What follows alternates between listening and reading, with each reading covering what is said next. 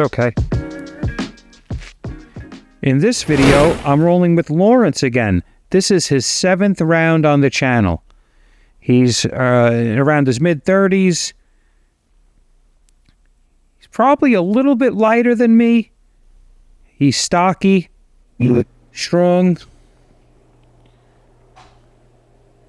and he's looking to pin my legs down right now. He already knows my game. We know each other's game. He knows how I like to play. So he's looking to pin my legs down and pass.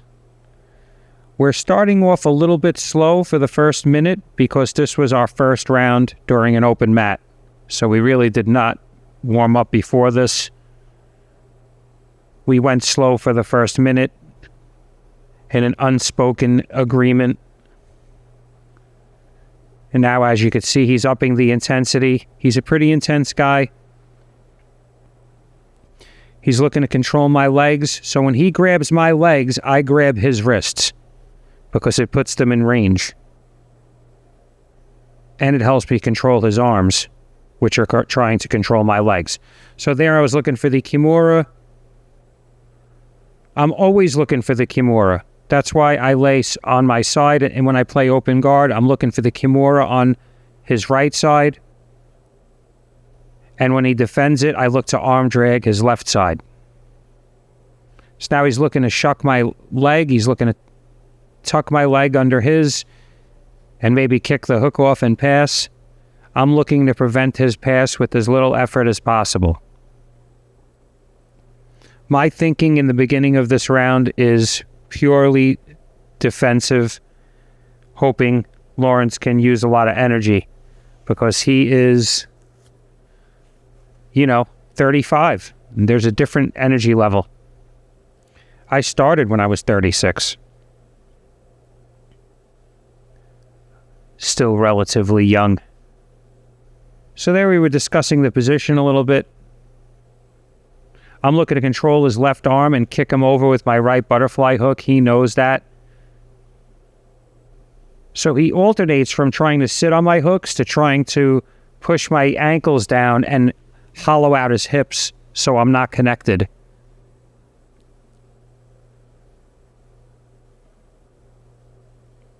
See, as you can see, I'm just fending him off. I'm framing under his chin, under his face. Don't be afraid to frame there. If someone's overcommitted and they're sticking their face in front of you without their arms to protect, and this goes for north-south, you want to make that A-frame and get it under their neck.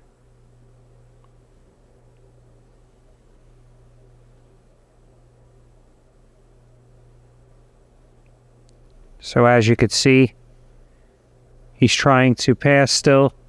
We're 3.5 minutes in. He's upping his intensity a little bit. He's trying to outsmart me with speed of thought. Yeah. But in all honesty, I feel that's the opposite of what he should be doing. He should slow down the speed of thought. That way his actions are more meaningful. In the background, that's Anthony Forciana. He's a brown belt. He just won Men at War, a big stage event, by decision. And he's going against Jimmy. Jimmy is a good blue belt. He's 40 years old, Jimmy. He's not a kid. And he's got a professional athlete strength and a pretty decent jiu-jitsu IQ.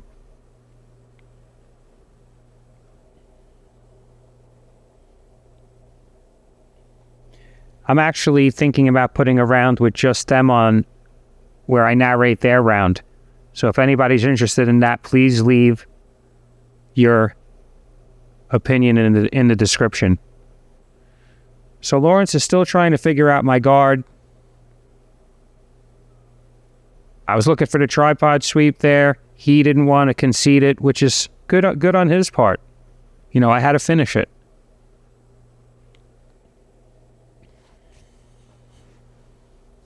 So there he's looking to step by my guard. I went right to De La Riva. Again, I really haven't used a lot of effort yet.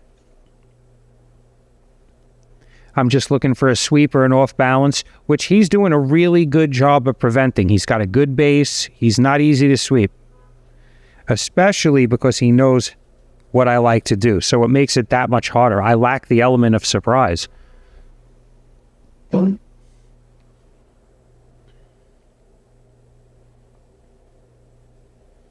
So here I'm explaining to him that I'm trying to shuck that arm across so I could take his back or earn a sweep. We had a little mid-roll sidebar. So there he was probably looking for some type of foot attack. It led to him almost getting his back taken because I was able to get behind his arm, which I'm always looking for. As you could see, there was some fast movement there. Now I'm starting to apply myself offensively.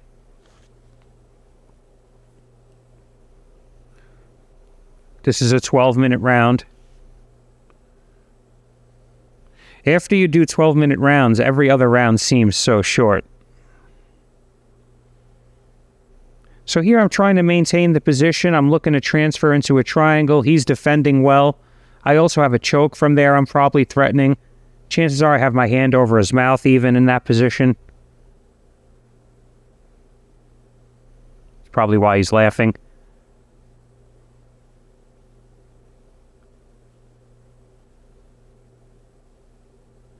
So again, I'm just back to controlling his wrist.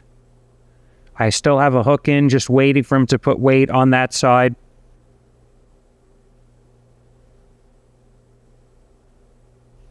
Again, you could tell I'm not using any effort. I'm just still. I'm not using a lot of movement. The more you move, the more you get tired. That's what I love about jiu-jitsu. You can find this incredible efficiency that you never knew existed. There he tries to do a big step. He's trying to step on my leg, a little Cade Rotolo style. I'm looking to control that left arm and sweep. Or get the Kimura. So I'm looking to sweep him to the left or Kimura his right arm. Sorry, sweep him to his right. Correction. There I was thinking about wrestling up. Here he kind of pulls guard somewhat. I think he had enough trying to pass my guard. It's been almost 8 minutes. So I'm coming forward. I use speed and pressure combined a little bit there. A deadly combination, dare I say. So here I'm looking to pin his leg and pass. See, his right leg has really no connection. It's not doing anything to help him. Here I'm probably taking a couple of breaths before I make a bigger move. Because we've been going for a while and I want to see if I turn it up a gear, if I can start making some headway. Lawrence is a tough cookie. There was a lot of great wrist fighting there. As you could see, if I can't grab his wrist and he pulls his wrist up and away, my hand goes to his bicep. Here I'm letting him grab 2-on-1 because my elbow is tucked next to my side and that makes my structure very strong. So I'm not really worried. But at the same time, I'm waiting for him to throw that left leg over my head so I could do an underscoop pass to that side.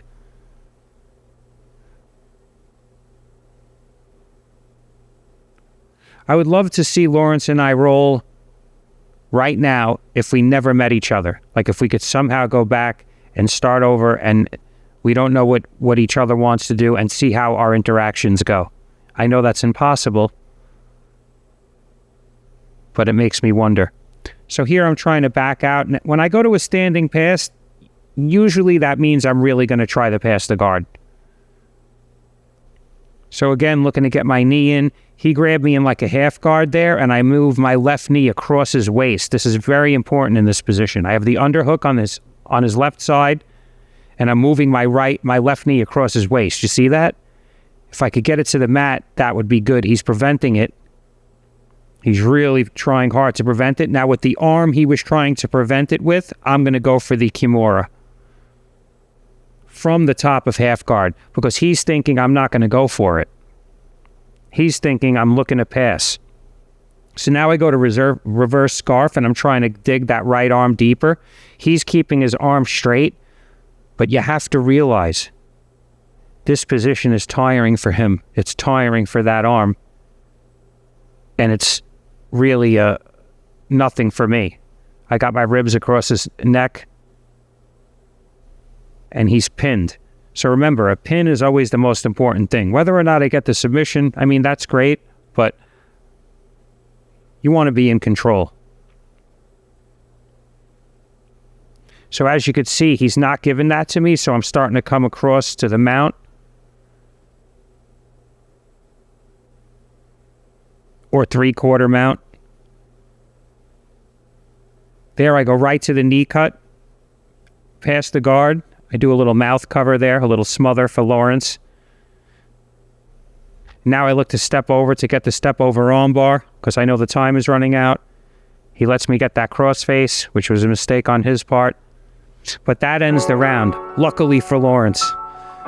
But if you find value in my content, you want to help support the channel, I have an X-Martial link in the description, or you could just buy me a coffee. Please follow me on Instagram and on Facebook at Jits Over 50. Thank you so much. Please like, share, and if you haven't already, subscribe.